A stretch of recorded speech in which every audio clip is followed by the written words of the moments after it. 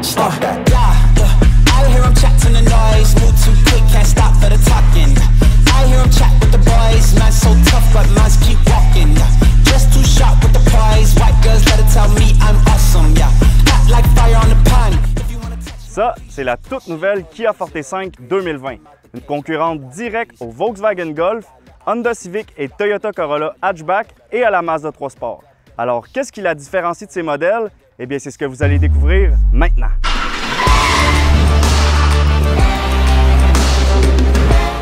Premièrement, puisque la version que j'ai à laisser aujourd'hui, c'est une GT Limited, eh bien, j'ai pas le choix de commencer par tester ses performances. Donc, sous le capot, on retrouve un 4 cylindres de 1,6 litres turbo-compressé, un moteur qu'on voit de plus en plus chez Kia d'ailleurs, et qui, dans le cas de notre Forte5, on parle d'une puissance de 201 chevaux, 195 livres-pieds de couple et d'une boîte automatique à 7 rapports à double embrayage.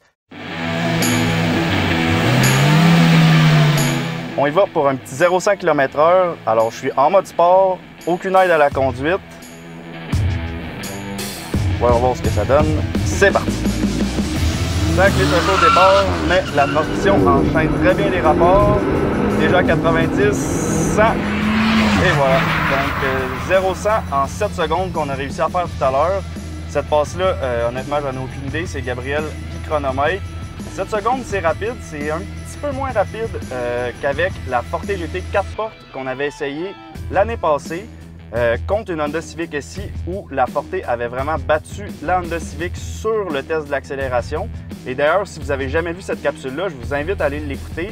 C'est très intéressant et tant qu'à y être, n'oubliez pas de vous abonner si vous aimez ce genre de contenu. Donc, la Forte5 dans sa version GT est rapide, mais elle est aussi très jolie, mieux réussie à mes yeux que la génération précédente. Alors, à l'avant, on a un look plutôt agressif avec la grille de calandre à motif rouge et des feux perçants en forme de X que moi, j'adore. Sur les côtés, je trouve que sa silhouette fait très européenne, puisqu'évidemment, c'est une voiture hatchback. Et ça veut aussi dire qu'on a plus d'espace à l'arrière, mais je reviendrai sur ce point-là tout à l'heure. Et d'ailleurs, je vous invite à rester avec nous jusqu'à la fin de l'épisode pour voir ce que je vous ai préparé, mais je vous garantis que vous ne serez pas déçus. Alors, si on revient sur les côtés, l'autre chose qui attire notre attention, c'est évidemment les magnifiques jantes de 18 pouces multibras qui viennent rehausser le caractère sportif de la voiture. Et finalement, à l'arrière, on note un becquet au-dessus de la petite lunette, des feux qui sont très bien intégrés et un pare-choc muni d'un immense diffuseur d'air et de 2 pots d'échappement. Si la puissance et les temps d'accélération, c'est pas vraiment votre tasse de thé, eh bien sachez que Kia offre tout de même une version EX de la Forte5 qui est moins dispendieuse, un petit peu moins puissante. Dans son cas, on parle d'un 4 cylindres de 2 litres sans turbo qui développe tout de même 147 chevaux. Son look est un petit peu plus sobre aussi, donc on n'a pas la grille de calandre rouge à l'avant, ni les jantes de 18 pouces, ni le diffuseur d'air à l'arrière, mais qui est tout de même très bien réussi. Et ce que j'aime par-dessus tout de cette voiture-là, c'est que peu importe la version que vous choisissez, la Forte5 est vraiment différente de ce que l'on retrouve sur le marché et vient donner en quelque sorte un vent de fraîcheur dans un segment qui, disons-le, en avait besoin. D'ailleurs, je vous ai monté un petit segment photo comparatif où vous allez pouvoir juger par vous-même. Et je vous laisse regarder ça avant de passer à l'intérieur. À l'intérieur de la Forte5, on remarque tout de suite une belle ligne d'aluminium brossé ici au centre. Les cuirs noirs à surpiqûre rouge sont d'une excellente qualité. L'ergonomie et la forme du volant avec le bas aplati, c'est super.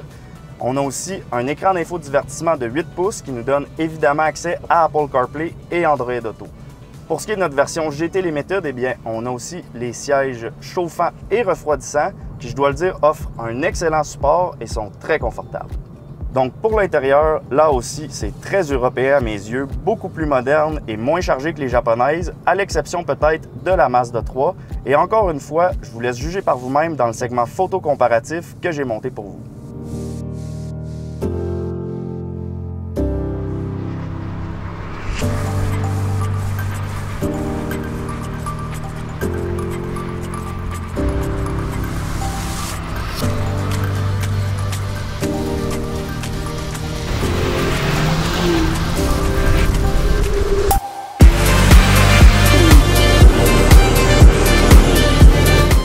Pour ce qui est de l'agrément de conduite, la première chose qui me frappe, c'est la boîte à double embrayage qui vient vraiment changer complètement la dynamique du véhicule par rapport à la version EX qui, elle, est munie d'une boîte de type CVT.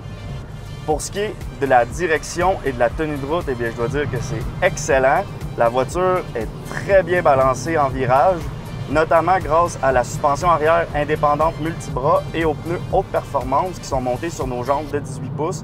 Donc, niveau feeling du volant, c'est très bien. L'envers de la médaille, c'est que, disons que la conduite de la version GT est plus ferme que la version EX, mais honnêtement, il n'y a vraiment rien de dramatique.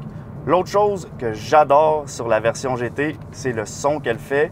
Ça a le beau être un petit 4 cylindres, mais ça sonne assez bien. Et je vais vous le faire entendre ici au stop.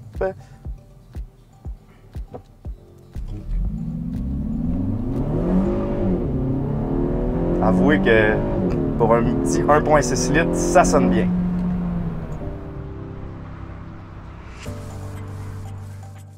Alors maintenant qu'on a pas mal fait le tour de notre Forte 5 GT, c'est le temps de parler de sa raison d'être, c'est-à-dire son volume de chargement, puisque c'est ça en réalité qui la différencie de la Forte 4 portes.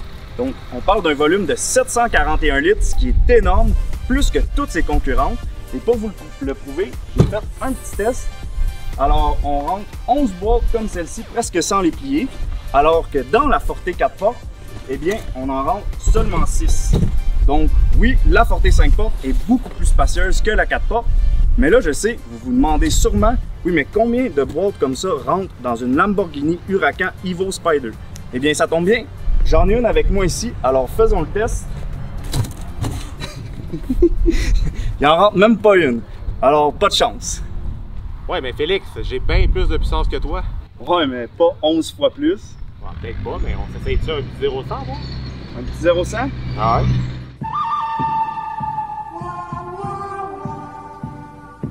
Let's go!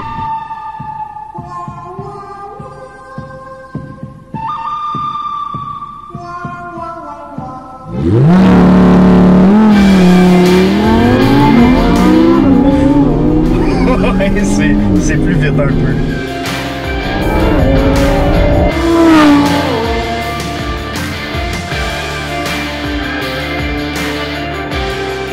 Donc, en conclusion, on peut dire que la Kia Forte 5 GT est plus rapide et plus pratique que la plupart de ses concurrentes, à l'exception de la Golf GTI avec la boîte DSG et que la Lamborghini Huracan Evo Spider.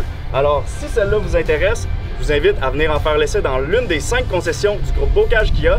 Et si celle-là vous intéresse, William, qu'est-ce que les gens doivent faire? Juste à me suivre, googlez mon nom sur Facebook ou bien celle-là va être sur The Drive, également sur le site de RPM. Donc, on va mettre le lien de l'article dans la description du vidéo.